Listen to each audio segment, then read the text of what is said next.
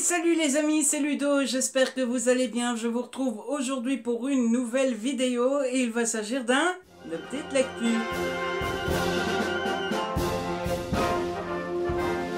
En effet, je viens de lire 4 livres et donc il est grand temps de vous en parler. Je commence à rattraper tout doucement mon retard dans les updates et donc je vais vous parler de 4 de mes dernières lectures. Cette fois-ci, pas de jaloux. Il y a 2 romances et 2 thrillers, donc bah voilà, il y en a pour tous les goûts.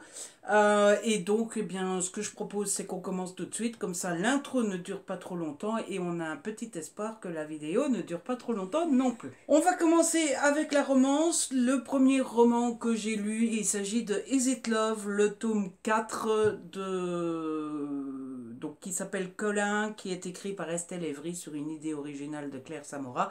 C'est dans la collection New Romance. Pour ceux qui ne connaissent pas encore cette saga, c'est une adaptation d'un jeu vidéo, c'est pour ça que c'est sur une idée originale de Claire Samora. Et donc chaque tome est écrit par une autrice différente. Le premier était écrit par Angel Arkin et les 2-3 c'était Eva de Kerlan.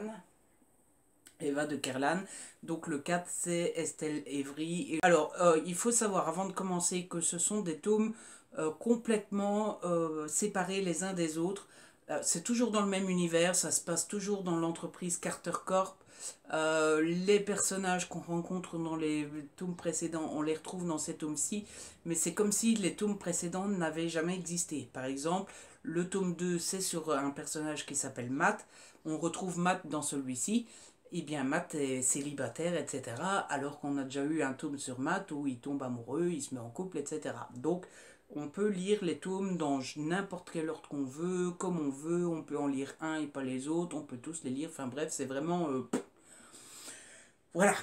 Toujours est-il que j'avais beaucoup aimé les 3 premiers tomes, j'aime beaucoup l'univers de Carter Corp, j'aime beaucoup les personnages, etc. Et donc j'avais vraiment hâte de pouvoir découvrir ce 4e tome, Colin, et j'ai bien fait parce que j'ai vraiment beaucoup aimé. Alors ça m'étonne pas tellement parce que c'est de Estelle Evry, Estelle de qui j'avais déjà lu le premier tome Endless Night, il faudrait d'ailleurs que je me lance dans le tome 2, et Estelle qui est quelqu'un de génial avec qui je discute très souvent sur Insta, et donc je ne peux que vous conseiller de suivre Estelle parce qu'elle est vraiment vraiment vraiment très cool, comme à peu près toutes les autrices francophones de chez Hugo. Les anglophones sûrement aussi, mais bon, comme je parle pas anglais, je leur parle moins souvent, vous voyez. Ah, bon, bref. Je m'égare déjà, c'est mal parti. Dans ce tome-ci, on va suivre donc l'histoire de Colin. Colin qui est membre d'un groupe de musique et qui a un passé un petit peu compliqué. C'est pas très original, hein. Et on va suivre Juliette. Juliette qui travaille chez Carter Corp avec Matt et qui a toujours aimé la musique mais qui l'a mis de côté parce que ses parents ne l'ont pas beaucoup soutenu. Juliette va à un concert parce que Matt l'a invité, Matt étant copain avec Colin, et là ils se rencontrent et c'est le coup de foudre intersidéral puisque Colin et Juliette vont tout de suite s'atterrir et tout de suite se plaire. Je suis tout de suite rentrée dans l'histoire parce que un petit peu de la même manière que je vous disais dans le dernier update lecture avec Combust, le livre commence directement avec de l'humour, avec de l'électricité dans l'air et surtout beaucoup de badinage. Le premier chapitre ce n'est presque que du badinage et moi j'aime beaucoup quand les romances commencent comme ça. J'ai beaucoup aimé l'univers de la musique, alors c'est drôle parce qu'à chaque fois que je lis une romance dans cet univers là, je me sens tout de suite embarquée, je me sens tout de suite dedans. C'était un peu le même cas de Restart with Song de El Seveno par exemple. Je suis toujours tout de suite embarquée alors que dans la vie réelle, dans la vie de tous les jours, je ne suis pas du tout musique. C'est pas du tout mon truc. J'ai jamais été à un concert de ma vie. J'ai été une fois voir Johnny Hallyday parce qu'on m'avait donné la place. Voilà, j'avais eu la place gratuite, donc j'avais été voir, mais je pense que c'est le seul concert que j'ai été voir de ma vie. Et ça m'attire pas plus que ça, en fait. Voilà. Si je devais choisir d'aller voir quelqu'un en concert, j'irais peut-être voir M. Pokora, parce que j'aime encore bien. Mais sinon, moi, aller à un concert, voilà. Bref, c'est pas le propos de la vidéo non plus. Donc j'ai beaucoup aimé cet univers-là, et puis j'ai beaucoup aimé l'histoire personnelle des deux personnages. L'histoire de Juliette est peut-être un petit peu plus faible, on va dire. C'est pas non plus un concours de celui qui a la vie la plus pourrie, mais euh, voilà, c'est une histoire de famille, ses parents l'ont pas soutenu, etc. Bon, d'accord. Par contre, l'histoire de Colin est un petit peu plus forte, et j'ai été un petit peu plus triste pour Colin. J'avais envie de lui faire de petits colos à mon petit Colin. J'avais envie de lui dire, oh mon petit chéri d'amour. Et puis bah, Colin, c'est l'histoire du personnage que j'aime beaucoup aussi. C'est celui qui se retranche derrière une façade, derrière un mur de m'approche pas, et en fait bah, derrière c'est juste un petit bisounours tout mimi, tout choupi. J'en ai parlé avec Estelle Evry, et Estelle me dit qu'elle n'est pas d'accord, elle trouve pas que Colin est mimi choupi. Moi je trouve que si, moi je trouve que c'est l'archétype du type qui se la joue blasé, qui se la joue moi tombé amoureux. Et bah une fois qu'on le connaît un petit peu et tout ça, bah c'est un petit chéri tout doux quoi. Voilà. Donc bah, c'est une super chouette romance, les chapitres vont vite, c'est super addictif, c'est du Estelle, hein. Si vous avez lu Endless Night, vous le savez déjà, l'écriture de Estelle est super addictive, donc bah voilà, je ne peux que vous conseiller ce livre, et bah moi j'en redemande, voilà. J'espère qu'il y aura bientôt un nouveau Is It Love, ça c'est sûr, mais un nouveau Estelle Evry aussi. La romance d'après, c'est le coup de cœur intersidéral galactique de l'année. Voilà, tous les Hugo que je vous ai conseillés, c'est de la rigolade. Parce que ce Hugo-là, les amis, ce Hugo-là, si je ne devais vous dire d'acheter un seul livre, si je devais mettre tout mon poids de, de persuasion, et du poids j'en ai, hein, je vous le dis, si je devais m'engager sur un titre, ça serait celui-là. Voilà, lisez ce livre si vous aimez la romance. Si vous n'aimez pas la romance, ça risque de vous passer un petit peu au-dessus. Mais si vous aimez la romance et que vous voulez une belle romance, une histoire pleine de sentiments, pleine voilà quoi, une romance presque sans sexe, c'est ce qu'il y a du sexe. Je sais même pas, je pense pas qu'il y ait de sexe. Ce roman est fait pour vous, il est tellement mais rempli, bourré d'émotions que c'est juste... moi j'ai pleuré, hein, je vous le dis, j'ai pleuré. Alors déjà moi, je pleure à toutes les romances, mais alors celle-ci... Donc on est avec Eleanor et Grey. Bravo Ludo. Donc on est avec Eleanor qui rencontre Grey quand ils sont à l'école. Alors vous, en France, je sais jamais... vous avez collège et puis lycée. Je pense qu'ils sont au lycée. Et ils se rencontrent, et le début de l'histoire en fait est sympa. Voilà, c'est le genre d'histoire sympatoche qui vous fait sourire, qui est toute mimi, toute belle. Enfin, c'est deux adolescents qui tombent amoureux avec une fille un petit peu introvertie qui n'aime pas forcément qui est un peu renfermée sur elle-même. Elle, tout ce qu'elle demande, c'est d'avoir la paix et lire ses livres. Et puis, on se moque pas mal d'elle aussi.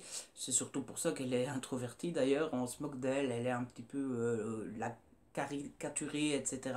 Et puis, on a Grey, qui est super beau, qui est le plus populaire du lycée, etc. Ils vont se rencontrer.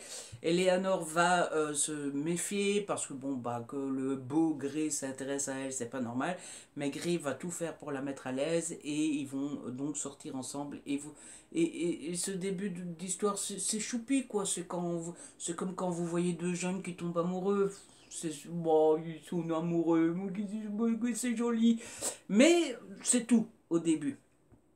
Et puis après, les choses vont tout doucement se gâcher, se gâter, puisque la maman d'Eleanor va tomber gravement malade, elle va avoir un cancer, ce qui va obliger la famille d'Eleanor à déménager, parce que la maman veut déménager avant de mourir, et donc ils vont se séparer.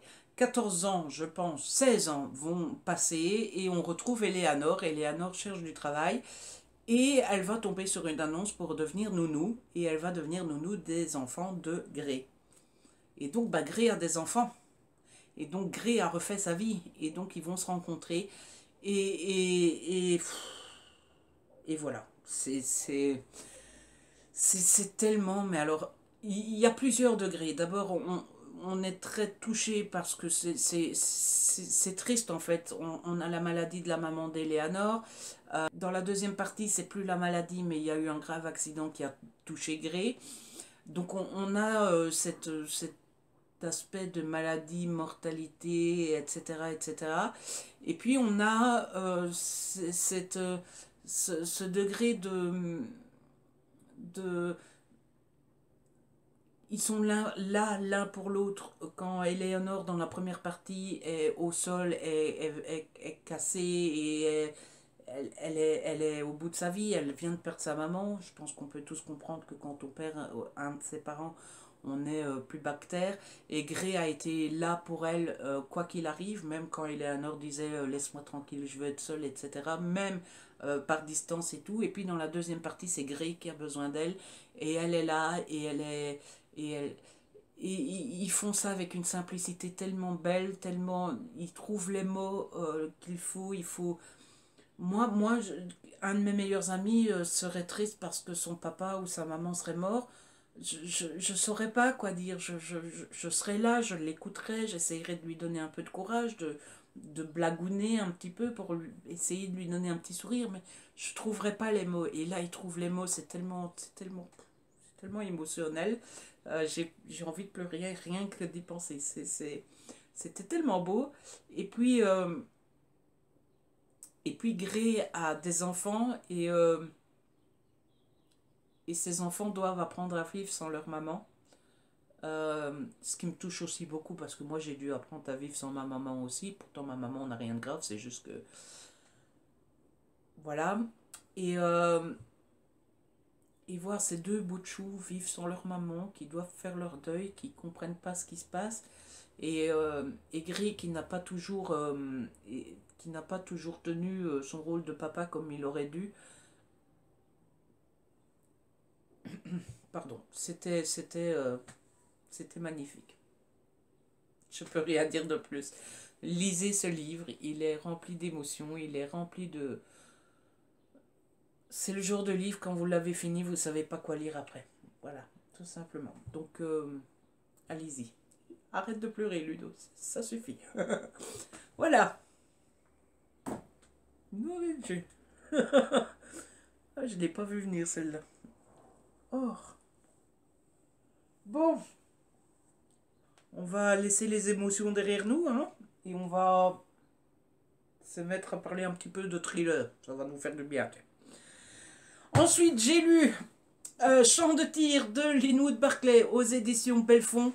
Vous le savez, je suis ultra méga supra fan de Linwood Barclay. Il est presque au même étage que Harlan Coben. Je suis désolée si mes yeux brillent, hein. Vous aurez compris le pourquoi du comment. Hein. Il est presque au même niveau que Harlan Coben. Et donc, à chaque fois qu'il y a un nouveau titre de Linwood Barclay, je ne peux pas le rater, c'est impossible. Et donc, quand j'ai appris qu'il y aurait un nouveau quand j'ai appris qu'il y aurait un nouveau Linwood Barclay. Alors, pour la petite histoire, pour ceux qui ont lu la trilogie que je vous ai déjà conseillée, reconseillée et reconseillée, qui s'appelle Vrais amis, fausses promesses et vraie folie, non, faux amis, fausses promesses et vraie folie. On est dans le même village, on est avec les mêmes personnages et ce qui se passe dans ce tome-ci se passe un an avant la trilogie précédente. Par contre, je vous le dis tout de suite, il ne faut absolument pas avoir lu la trilogie originale pour pouvoir lire celui-ci, puisque en fait, il n'a rien de pareil, si ce n'est la ville et les personnages. Mais il ne faut pas du tout avoir lu, je vais me répéter là, j'ai l'impression. Il ne faut pas du tout avoir lu les trois premiers pour lire celui-ci. Donc on est toujours à Promise Falls et l'histoire commence le jour où il y a un type qui déambule dans la rue un petit peu, qui a l'air un petit peu, il ne sait pas où il est, etc. Donc on le suspecte d'avoir bu ou de s'être drogué. Il se fait arrêter et quand il arrive au commissariat, eh bien il dit oui mais non mais en fait j'ai été enlevé par les aliens. Et donc, le détective Duckworth l'interroge un petit peu pour savoir qu'est-ce qu'il raconte celui-là. Et en fait, on se rend compte qu'il a été enlevé pendant 2 jours, il n'a aucun souvenir, et on se rend compte qu'il a été tatoué dans le dos, sans qu'il le veuille, hein, sans avoir donné son accord, et sans rien, quoi. Hein, voilà. Il a été enlevé et tatoué, ce qui n'est pas normal, vous l'avouerez.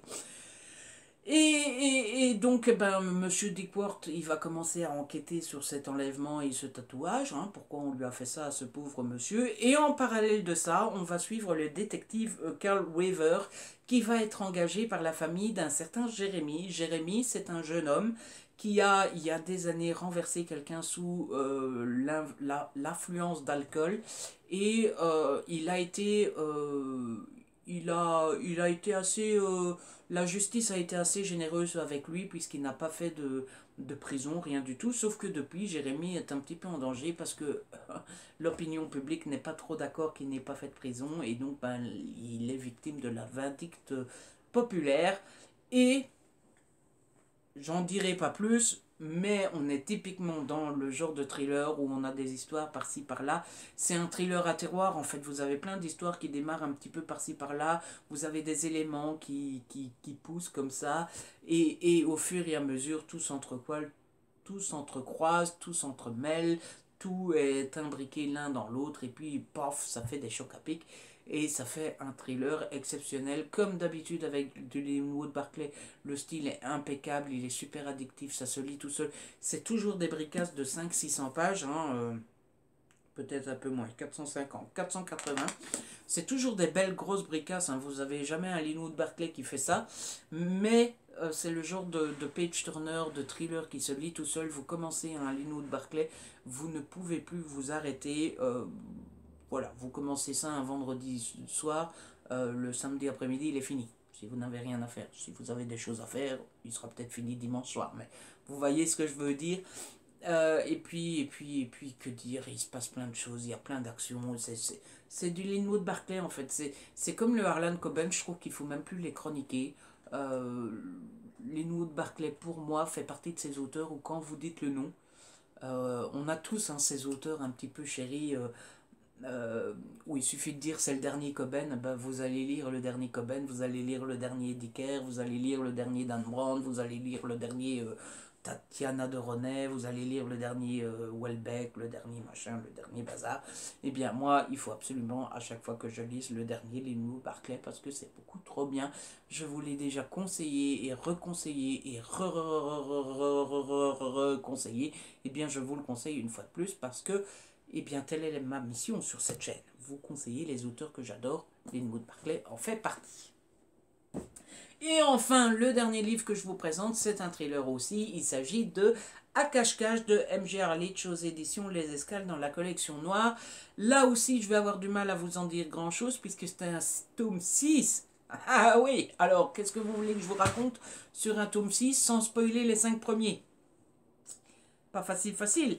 Alors, pour ceux qui ont lu le tome 5, moi le tome 5 j'avais été assez déçu, faut bien l'avouer. Et donc je me lançais dans celui-ci moite-moite. Moite-moite parce que j'avais peur d'être déçu comme le 5e tome, mais j'avais très hâte de lire ce 6e tome parce que s'il y a bien une chose qui était réussie dans le 5e, c'était le cliffhanger. Et eh bien, je dois dire, ma foi, que j'ai adoré ce 6e tome. J'ai retrouvé tout ce que j'aimais dans la saga Helen Grace. Et il est de nouveau passé crème. Il est passé crème d'abord grâce au style d'M. Gerlich. Si vous en avez déjà lu, vous connaissez et vous savez de quoi je veux parler. Il fait des chapitres ultra courts. Hein. Parfois, le chapitre fait une page, ce qui permet de lire quelques lignes dès qu'on a 5 minutes dans la journée. Mais j'ai surtout beaucoup aimé parce que bah, forcément c'est le 6e tome avec Helen Grace. Je ne sais pas vous, mais moi quand je lis plusieurs tomes avec un personnage comme ça, je finis par m'y attacher et donc je suis attaché à Helen Grace. Et si vous avez lu le 5e tome, vous savez qu'Helen Grace est en assez mauvaise posture dans ce nouveau tome-ci. Donc j'ai adoré la voir un petit peu en danger. Que ça soit dans les livres ou dans les séries, il n'y a jamais meilleur tome ou épisode que quand le personnage principal est en danger. C'est le cas pour Hélène ici. Donc j'ai adoré voir ça, mais en même temps j'ai un petit peu souffert pour Hélène. J'ai un petit peu un petit peu eu peur parce que bah, je voulais qu'Hélène s'en sorte forcément. Et puis il y a cette double lecture, on suit ce qui se passe là où Hélène est et les aventures d'Hélène. Et puis on a l'enquête en dehors de la prison avec les amis, ceux qui sont restés fidèles et loyaux à Hélène. Il n'y en a pas beaucoup. Et on suit l'enquête pour dire beaucoup de trop, quoi. Hein, voilà. Et comme d'habitude, dans la saga de Hélène Grace, ben, on a ces gros salopards qui méritent tous des claques et qui sont comme contre Hélène et qui pensent plus à leur carrière qu'à la justice. Et puis on a les gentils, ceux que j'adore, et notamment Hélène et Charlie, qui sont mes deux petites chouchoutes. Donc voilà, difficile de chroniquer des tomes de saga comme ça, hein, sans en dire plus. Mais voilà, si vous avez aimé les 5 premiers, allez-y, foncez, vous allez adorer celui-ci. Il n'est pas révolutionnaire, hein, on est dans la continuité, on est dans- voilà, il n'y a rien de neuf, hein, voilà, vraiment rien de neuf, mais c'est simple, c'est efficace, c'est droit dans le mille, et parfois, je ne sais pas vous, mais moi parfois, je ne demande pas plus que ça, tout simplement. Et bien voilà, c'est comme ça que se termine cette update lecture. J'espère qu'il vous a plu, j'espère que je vous ai convaincu de découvrir l'un de ces titres parce qu'encore une fois, c'est à ça que sert ce genre de vidéo. En tout cas, si la vidéo vous a plu, n'hésitez pas à la liker, à la partager, n'hésitez pas à me laisser un petit commentaire. Vous savez que j'adore vous lire. Si ce n'est pas encore fait, abonnez-vous, c'est gratuit et ça fait plaisir. On se retrouve très vite pour une nouvelle vidéo. D'ici là, prenez soin de vous et de ce que vous aimez.